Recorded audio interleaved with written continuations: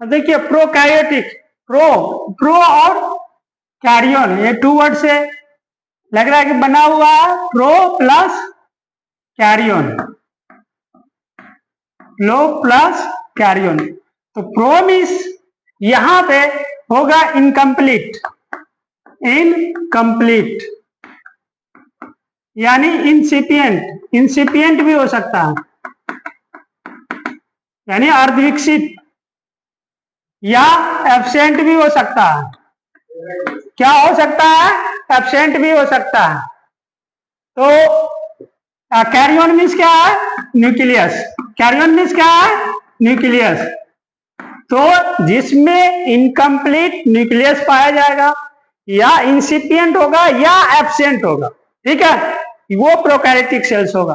तो यदि इनकम्प्लीट है ना, तो क्या है? एब्सेंट ही माना जाता है। कहता है कि रहो तो पूर्ण रूप से रहो, नहीं तो वरना नहीं रहो। तो आधा अधूरा आदमी का कहीं जगह नहीं होता है, कई जगह मिल जाता है लेकिन वो अच्छे नहीं होता, आधा अधूरा किसी भी चीज में। इसीलिए रहिए तो मैक्सिमम रहिए, है ना, लेकिन 100% तो कोई भी एफिशिएंट नहीं रहता, लेकिन 99% तो रह सकते हैं, 99.5 तो रह सकते हैं, इस तरह से। तो दैट मीन्स इनकम्प्लीट है ना, या इंसिपिएंट, उसको एब्सेंट ही माना गया। उसको क्या माना गया? एब्सेंट ही माना गया। तो इनकम्प्लीट के सेंस में देखिएगा कि प्रोकैरियोटिक सेल्स में जो होते हैं न्यूक्लियस तो नहीं रहेगा, लेकिन न्यूक्लियस का जो जैसे मटेरियल जो रहता है वो रहेगा, जिसमें क्या होगा? डीएनए रहेगा, सर्कुलर डीएनए रहेगा, जिसको हम लोग किस नाम से जानते हैं? प्लाज्मिड के नाम से जानते हैं। तो वो तो है, न्यूक्लियर वाला मटेरियल तो है डीएनए। डीएनए देखे जाएगी न्यूक्लियस में पाया जाता है ना। तो वो उसके अलावा माइटोकॉन्ड्रिया में भी पाया जाता है यूकैरियोटिक सेल में। लेकिन प्रोकैरियोटिक सेल में जो होते हैं वो जो होते हैं सेल साइटोप्लाज्म में ही पाया जाता है न्यूक्लियस, उसमें न्यूक्लियर मेम्ब्रेन ये सब तो रहता ही नहीं है, वो प्लाज्मिड के फॉर्म में। तो इतना बात समझ में आ गया। तो इसीलिए इंसिपिएंट न्यूक्लियस बोलते हैं इसको, या एब्सेंट बोलते हैं। फाइनली एब्सेंट बोलेंगे। Eu means true, eu means true, और karyon means nucleus, karyon means nucleus. तो जो है वही सत्य है, यानी ट्रू न्यूक्लियस। तो न्यूक्लियस ट्रू है, माने सत्य न्यूक्लियस है, न्यूक्लियस है, इसीलिए इसको बोलते हैं न्यूक्लिएटेड सेल्स। यूकैरियोटिक सेल्स को क्या बोलते हैं? न्यूक्लिएटेड सेल्स, न्यूक्लिएटेड सेल्स, ठीक है, न्यूक्लिएटेड सेल्स बोलते हैं। तो पहला इसमें जो होगा न्यूक्लियस एब्सेंट होगा, न्यूक्लियस एब्सेंट होगा, इसमें न्यूक्लियस जो होगा वो प्रेजेंट होगा, न्यूक्लियस इज प्रेजेंट, न्यूक्लियस जो होंगे वो प्रेजेंट होंगे।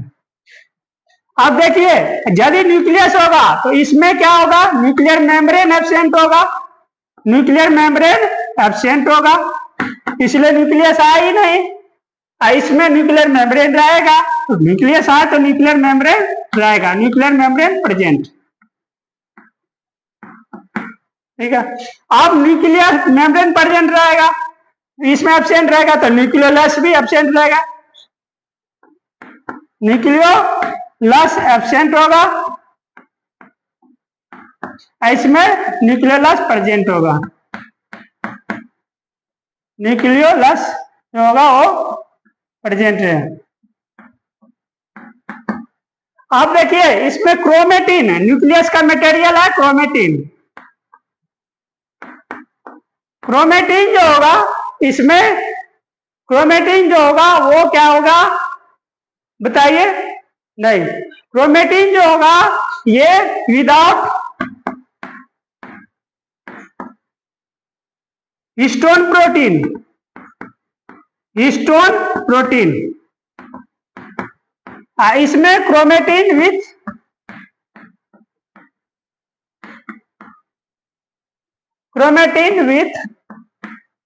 हिस्टोन प्रोटीन,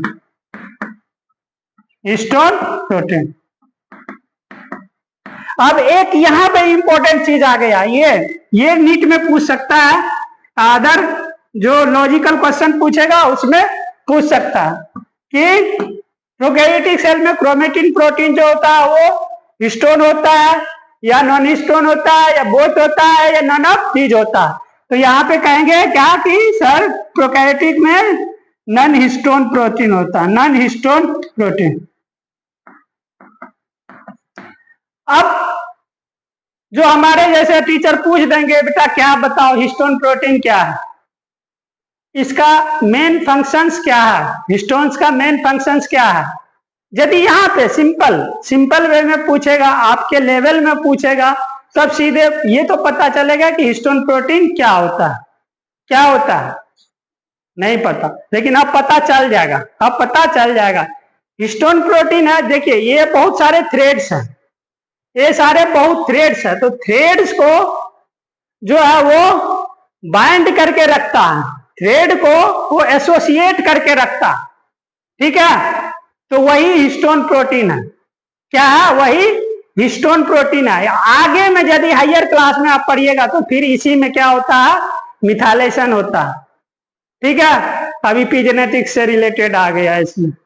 जब आगे की बात करें तो अभी मिथाइलेशन ये सबको, एसिटाइलेशन को, ये सबको छोड़ दीजिए, अभी सीधे बोलिए कि हिस्टोन प्रोटीन जो होते हैं सर, वो जो न्यूक्लियर मटेरियल्स होते हैं क्रोमेटिन, उसको एसोसिएट करके रखता है, इस क्या करके एसोसिएट करके रखता है। यहाँ पे फंक्शन जानिए, तो इसमें हिस्टोन प्रोटीन होगा, इसमें क्या होगा, हिस्टोन प्रोटीन होगा। इसके अलावा ठीक है, अब न्यूक्लियस तो आ गया, न्यूक्लियस की तो बात कर लिए। अब इसके सेल्स में, ठीक है, प्रोकैरियोटिक सेल की बात हो रही है, तो इसके सेल में जितने भी मेम्ब्रेन बॉन्ड ऑर्गेनेल है, मेम्ब्रेन बॉन्ड ऑर्गेनेल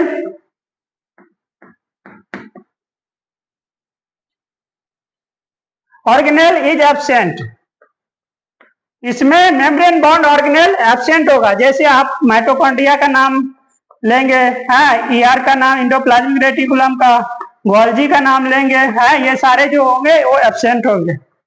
इसमें क्या होंगे, membrane bound organelle are present, membrane bound organelles are present, इसमें क्या होगा, प्रेजेंट होगा। इतना बात समझ में आ गया, लिखिए।